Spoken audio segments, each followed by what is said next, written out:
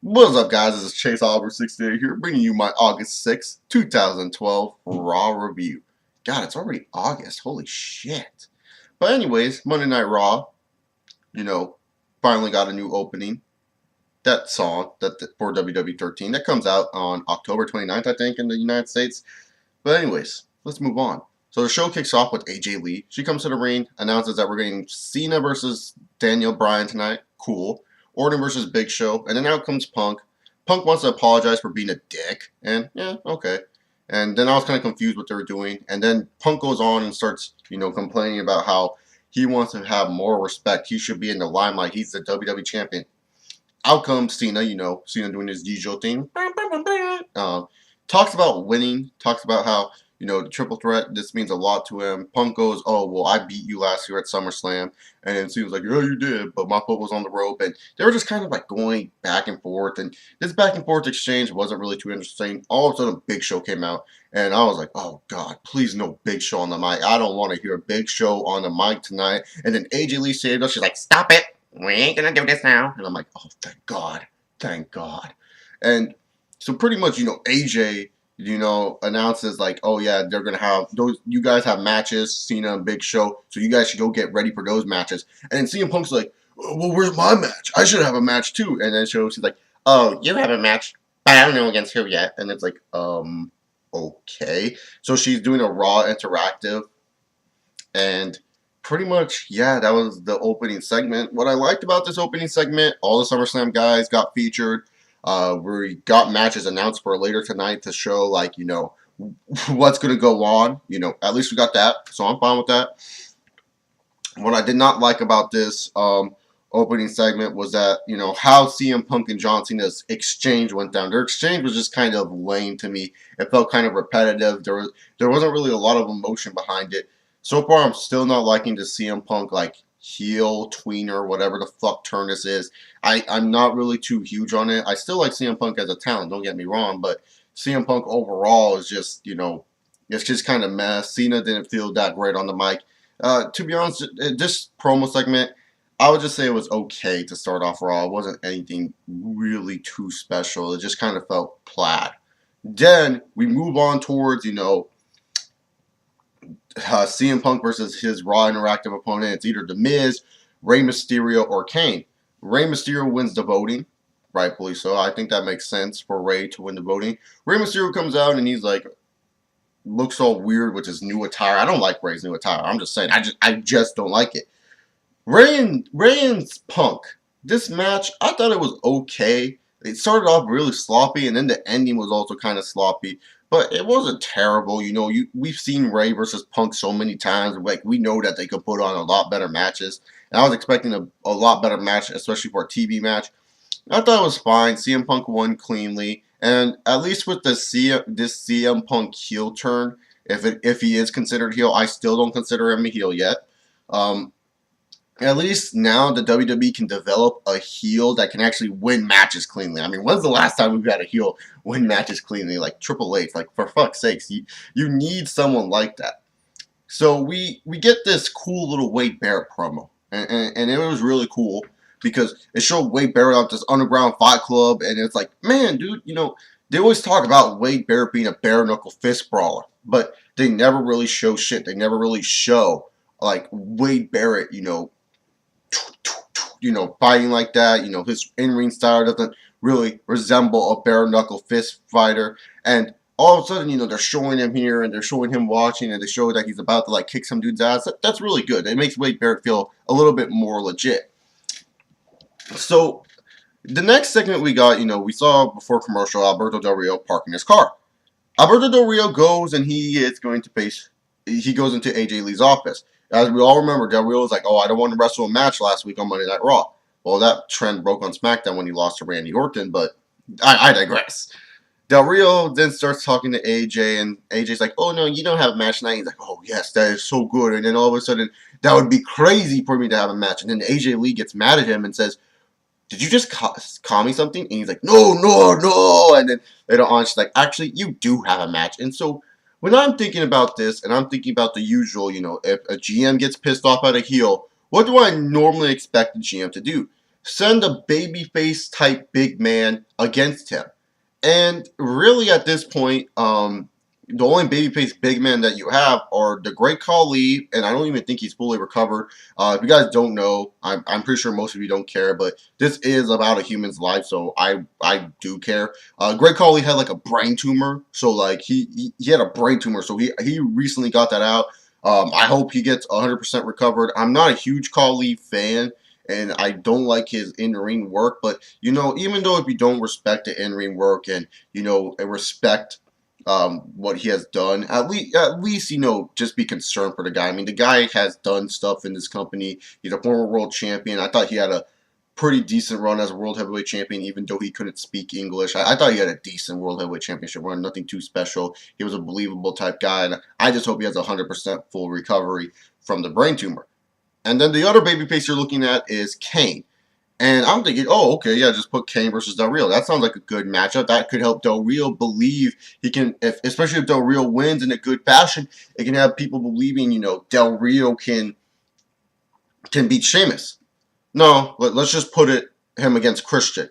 I mean, Christian, yeah, former world champion, former IC champion, but if you're a pissed off GM, you're going to send Christian to face Del Rio. Okay matchup, kind of sloppy. I don't know what's with Christian as of late. Normally, Christian's a way better worker than this, but he's been looking sloppy. Go look back at the Miz match at the 1000th Raw. He's just been working this weird pace of matching. I don't know. Del Rio ends up winning, though, because of interference by Ricardo. Why does Ricardo need to get involved for Del Rio to beat Christian? I don't know. Sheamus ends up, you know, showing on the promo Titantron screen and is in Del Rio's car. Very vintage way for, you know, Sheamus to steal Del Rio's car. So I liked it, and they developed it more later on tonight, and we will get into that. Randy Orton took on the Big Show, and Orton versus Big Show. It surprised me. It was much better than I expected. It didn't really go too long. It ended in a double countout. And my only gripe with this is that how, you know, Big Show, he's supposed to be, you know, number one contender to the WWE champion, and here he is after the match, you know, getting RKO'd by Randy Orton. Now, I enjoyed the RKO, but Big Show, really? It's like, how do you take him seriously? It's just pathetic. I really can't take Big Show seriously at this point. I'm sorry. Can't take him seriously, but you know what? Randy Orton should be in that WWE Championship match. Calling it, telling you, it should happen. And also, an Orton versus Punk feud now would be better than the Orton versus Punk feud in 2007. Feed me more. Ryback wins in a decent handicap match. Ryback. Decent handicap match from Ryback this week. I gotta say, I really like the stuff they did with Hawks and Rex in this match. I really did like how they used Hawks and Rex in this match. Having Ryback throw Hawks on top of Rex, I thought it was pretty decent, better than most Ryback matches. Tag team match: Primetime Players versus Epico and Primo.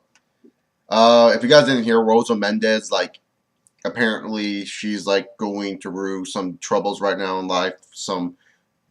She's being beaten right now by her boyfriend or something. I don't know the full story, but I hope Rosa Mendez has 100% full recovery, just like the Great Khali.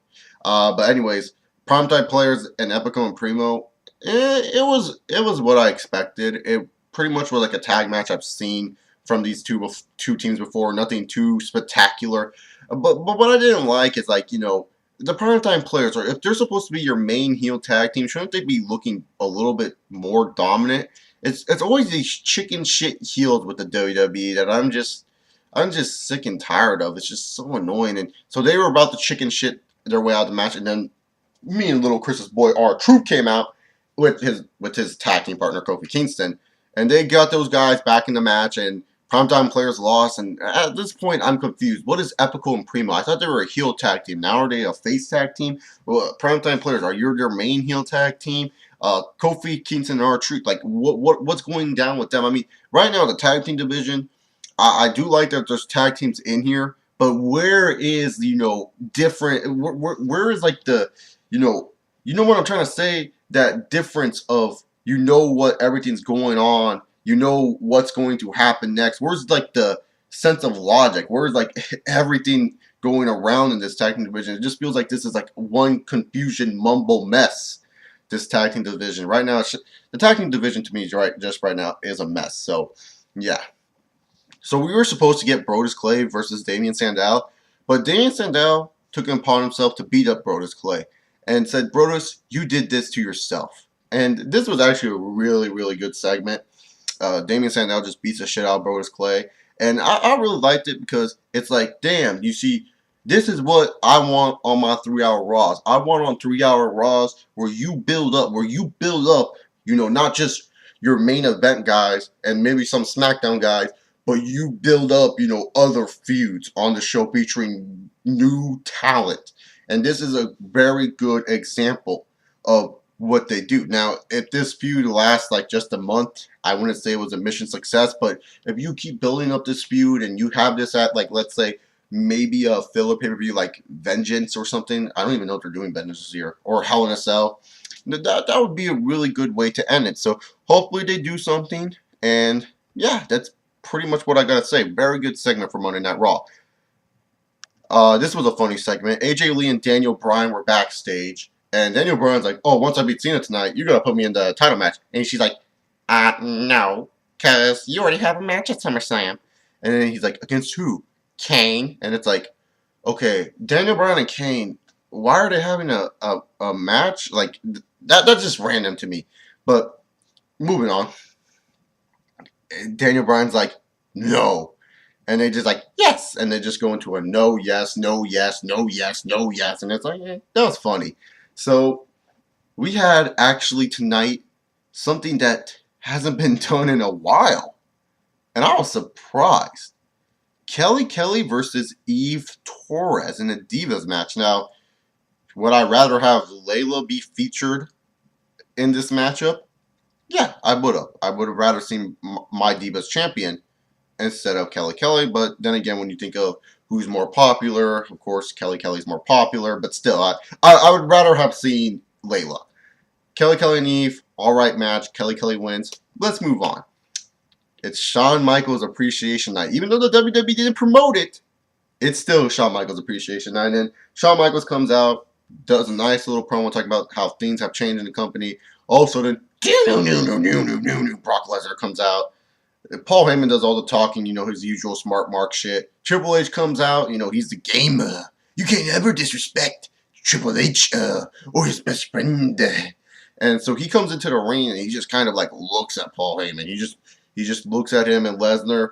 And Lesnar looks like he's about to fight. And he's like all smiling. He's like, yeah, I'm Brock Lesnar. And then he grabs a mic and he says, I'll see you at SummerSlam. And I'll see you before to Shawn Michaels. And I was like, wait, why did he say that? So they're adding some suspense that, Triple H better watch out for his friends, man. Because Brock Lesnar, this guy, he's a bad dude. He can break into people's houses. He can kick at. That's adding suspense to this match. Now, did it add more suspense to me really, really, really, really wanting to see this match? A little bit. Not over the top, but a little bit. The addition of Shawn Michaels being in the corner for Triple H add a little bit more, intrigue to this match. A little bit. So 2 little bits, kind of adding to intrigue. And I pray to God this is a wrestling match and not a fake MMA fight.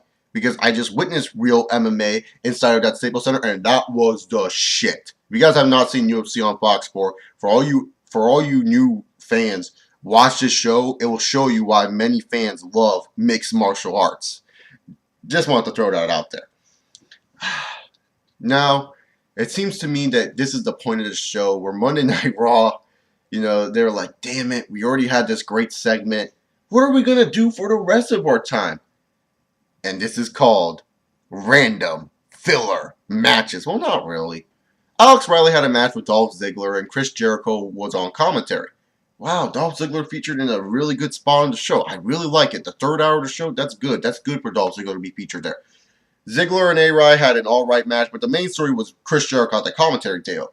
Chris Jericho, decided to distract Dolph Ziggler because of his tout. He was touting Dolph Ziggler in the ring. He's like, hey, Dolph, yeah, go Dolph. And A-Rye gets a surprise win. A-Rye wins the match, runs away, disappears, and it's like, oh my God, A-Rye finally won a match on Monday Night Raw, and this is how you built a feud. You have, other people getting advantages from this feud. You have, the superstars interacting with each other. Not Sheamus versus Del Rio is not a feud to me. Yeah, they're doing some stuff, but it's not a feud. Why isn't Del Rio, trying to be pissing off Sheamus every chance he gets? He doesn't do that. He just acts like he's better than Sheamus. And it's like, no, the heel or the face, they're supposed to be pissing each other off. They're supposed to get hate from each other. They did a little bit of that tonight, and I will talk about that next, mainly because I just want to talk about it. But, Sheamus, he stole the car from Del Rio. They showed him at the Alamo. He comes back to the arena. The car is all fucked up. And I'm thinking to myself, damn, Sheamus must have got some major tickets, or he must have been drinking too much scotch or something, because how the fuck do you fuck up a car that bad? I mean, he must be too used to driving on the right side of the road or something. Shit. But Del Rio was pissed off at Ricardo. It adds more to the Sheamus Del Rio feud, but Jericho versus Dolph. That is a way you build up a feud. And then we get Kane versus Miz, and to be honest, I don't know why Miz lost this match. It was just kind of random. It's not, obviously now we know Kane's the official face, but just kind of random how Miz lost this match. It was like, he's your Intercontinental Champion. Shouldn't he be, if you were going to have Kane versus the Miz, to me it just makes no sense for, the IC Champion to lose to Kane. I know Kane has a match against Daniel Bryan, but why couldn't you just do Daniel Bryan coming out here, interrupting Kane so that way he can get an upper edge, and then you can have Kane interfere in a Daniel Bryan match against John Cena, so it gives Daniel Bryan a reason why he lost to John Cena instead of, Cena beat him cleanly.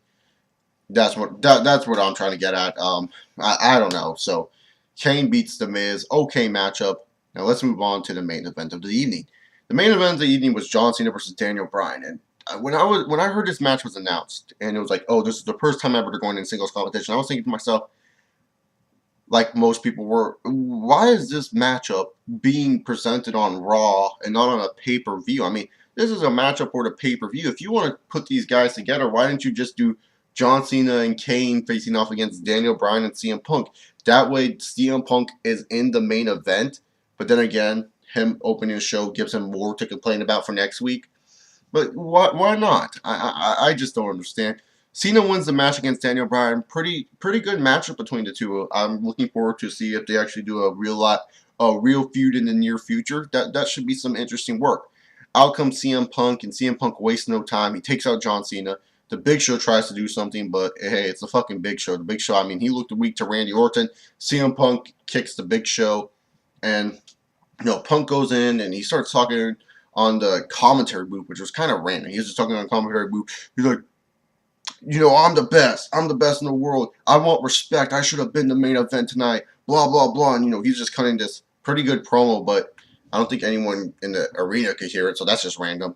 And then Punk goes into the ring, and all of a sudden, the same guy who got RKO'd by Randy Orton gets the knockout punch on CM Punk, and he's holding the title at the end of the show. That makes no sense to me, but overall, my thoughts on Monday Night Raw, it was an okay episode. I wouldn't think it was terrible. It was just kind of okay. Felt slow at times. Kind of predictable. That's the thing. It was just like, it felt really predictable at times. But I wouldn't say it was like a terrible episode. I just thought it was okay. But I did like how they built on to SummerSlam. And they made some matches more interesting. They have feuds in set with Jericho, Dolph, and a bunch of other guys. So it was an okay episode. Nothing too terrible. What do you guys think about Monday Night Raw? If you guys like this video, subscribe above. If you guys have any thoughts, comment down below. This is Chase Oliver 68. Check out my video game channel, see your live videos. Follow me on Twitter. And I'll see you all later.